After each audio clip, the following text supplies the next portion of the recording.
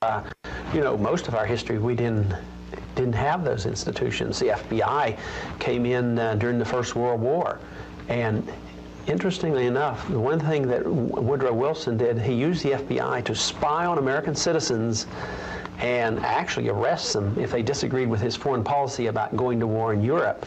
And isn't it interesting how recent they used it in the Vietnam era? Democrats used it there, and Republicans used the FBI to spy on 100 different groups in this country, including the churches, who disagree with the policy in Central America. It almost looks like the FBI was designed to spy on Americans who might be disagreeing with policy, especially the foreign policy. So the FBI... Hello, everybody, and thank you for tuning in to the Liberty Report. With me today is Daniel McAdams. Daniel, good to see you. How are you this morning, Dr. Paul? I'm doing very well. Who is that gentleman? I'm related to him, But guess what we're going to talk about today? The FBI. Is the FBI. We're going to talk about the FBI because they protect us and keep us safe and secure, and they watch the government very carefully so they don't get out of line.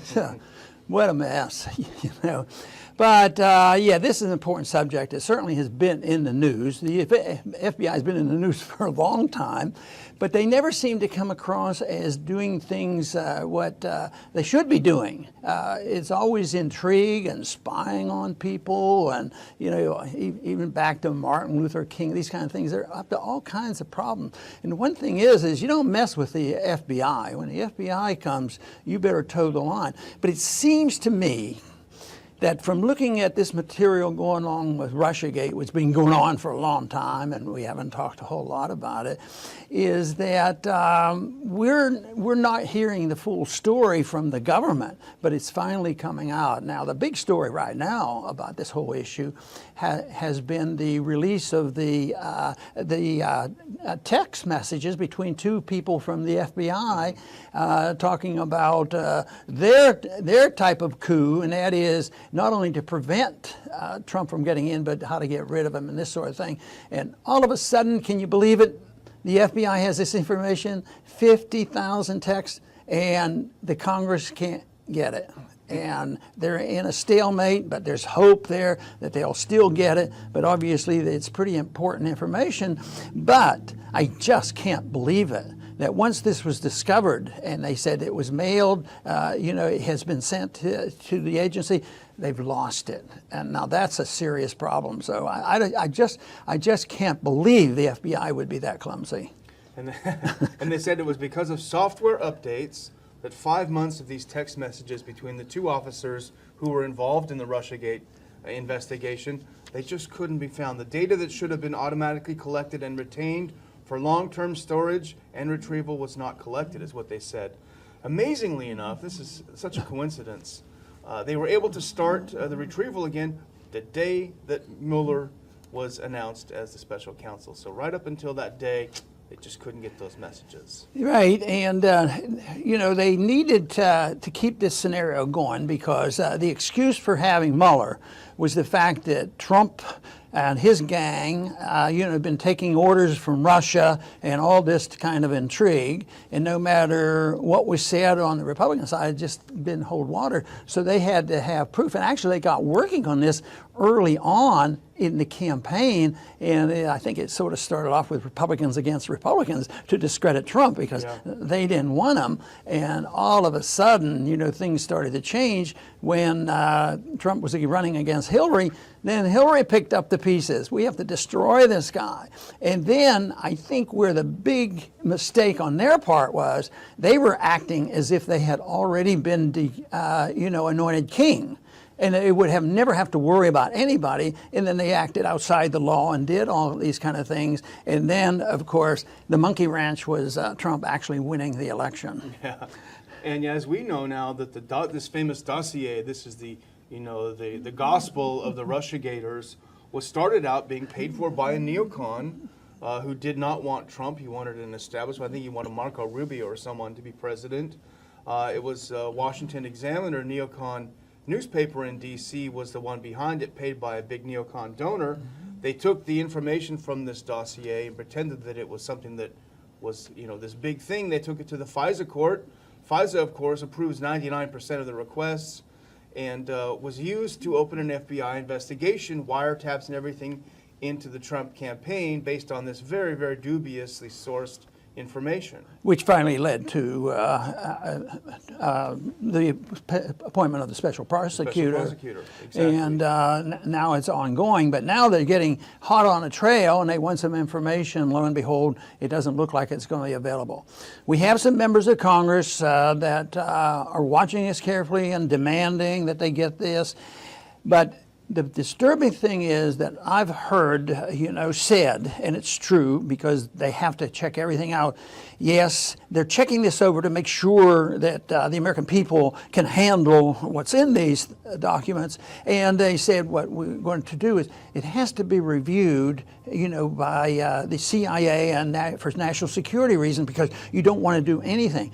And when I hear this thing, it's done for national security. We fight wars to fight and defend our Constitution and national security, and it has nothing to do with the truth. It's just fake news, fake excuses.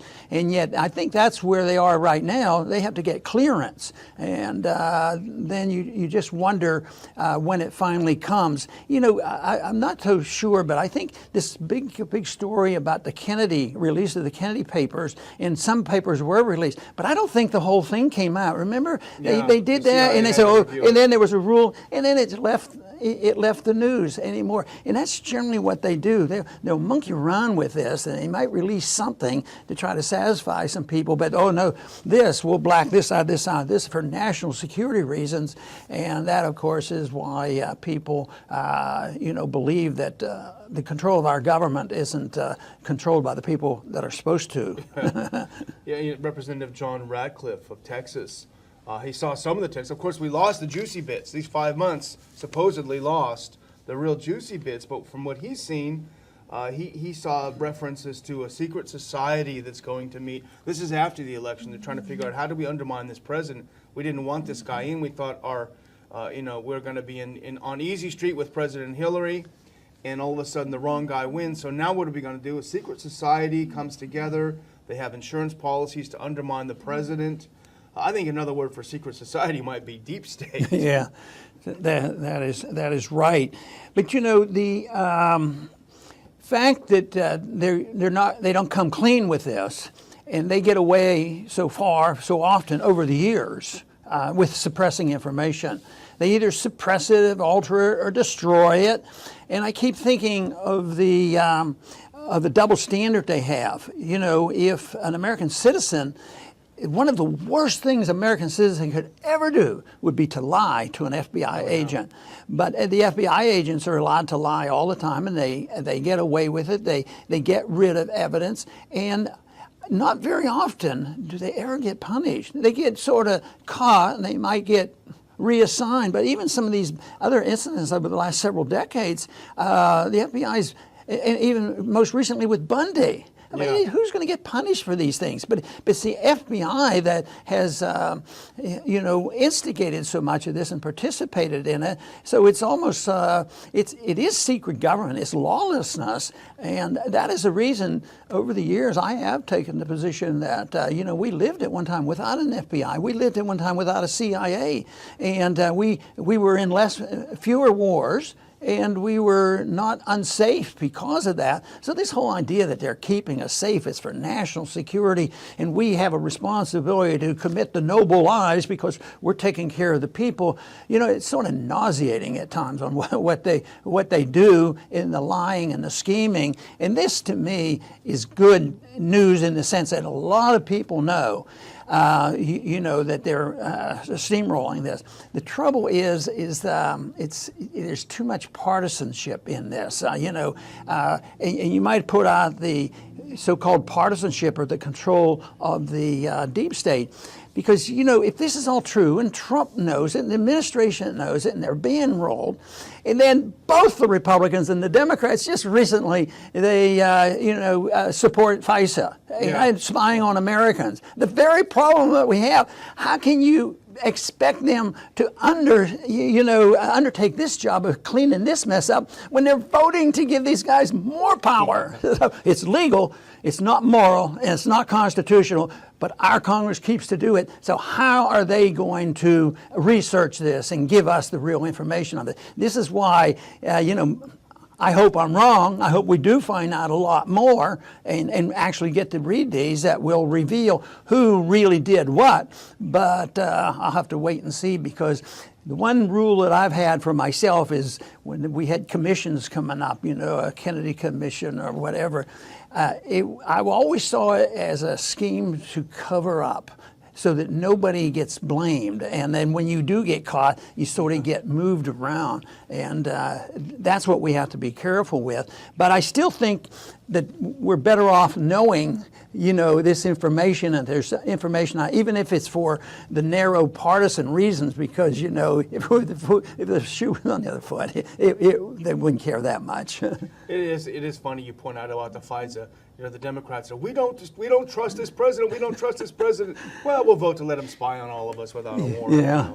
But you talked earlier about the FBI and how it is doing things that we would be thrown in jail. Well, look at Michael Flynn. They entrapped him. They had all of the intercepts of things that he said about Russia, and then they interviewed him. Stupidly, he agreed to go there without an attorney. And when his testimony deviated slightly from what they had recorded, they threw the book at him. So this is what they do. And our friend Jim Bovard, who's always great on these things, he has a piece in The Hill yesterday where he points out that losing evidence is a long-standing procedure for the FBI. This is not an anomaly. He talks about Patrick Gray, who burned incriminating evidence of White House involvement in Watergate back in '73. Ruby Ridge, where they actually, this is the one time when an FBI agent did go to jail for falsifying and destroying evidence. Waco assault, they suppressed mountains of evidence. You mentioned the Cliven Bundy case. What about Hillary Clinton, where the FBI agreed to destroy her computers and didn't bat an eye when she bleach bitted the whole things to save us from knowing what she had on those private servers? So, as Jim points out, this is kind of what they do. In general, people give them a pass on entrapment, but entrapment is a very, very dangerous procedure.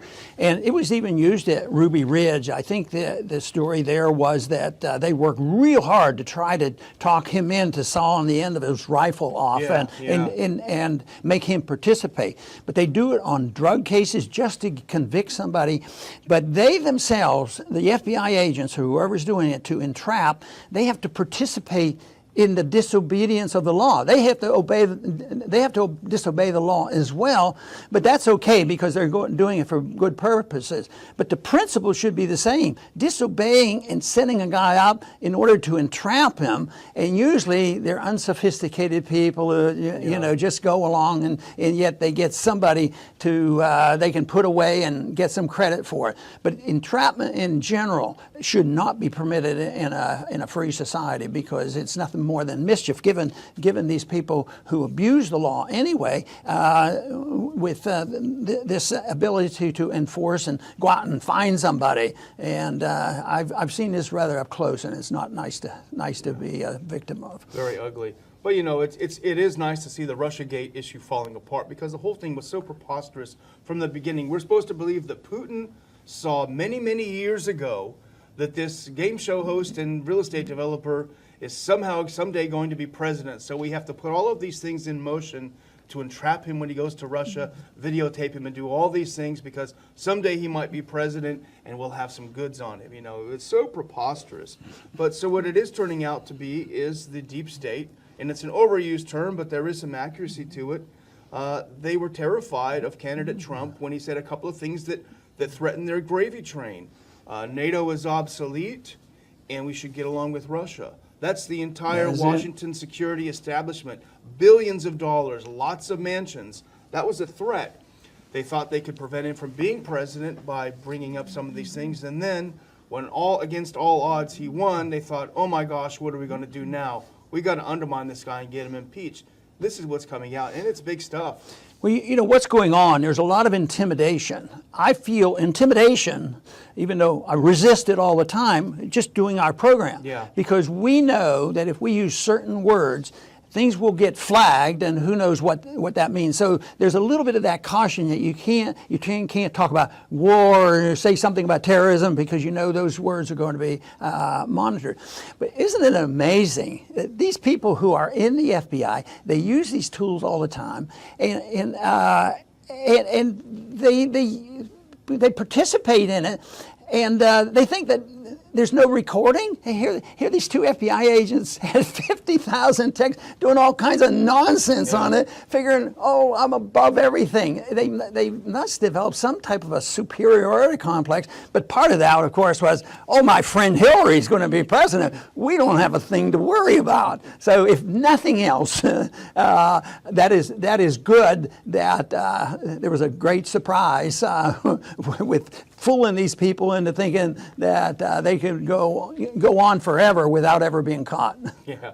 You know, as the judge would say, Judge Napolitano might say, if the FBI can't find these messages, they should just call up the NSA because they probably got them somewhere stored in Utah. But I want to end with a good news story. I'm all about the silver lining, as you know. And let's take the FBI at face value when they say that the data that should have been automatically collected on these people wasn't automatically collected. Let's hope that's true for all of us. Oh boy, you're dreaming, but I guess when you have dreams, you can have good dreams. But anyway, I want to thank our audience for tuning in today. This is not the simplest matter because there's been so much politicking about it off and on for a couple of years now, and we generally haven't talked too much about it, but it just got to be too much with this, how powerful they think they are, that they are going to be able to cover up or not release these 50,000 texts, which may reveal something of great interest. It may happen. I'm skeptical. I still think that the goal of all government agencies is to cover up and not punish government agencies and to go after them. And once they start talking about it, we better be careful because national security is at stake. They never care about the liberty of the American people is at stake. That is what the real chore should be. That should be our goal for all of us. I want to thank everybody for tuning in today to the Liberty Report. Please come back soon.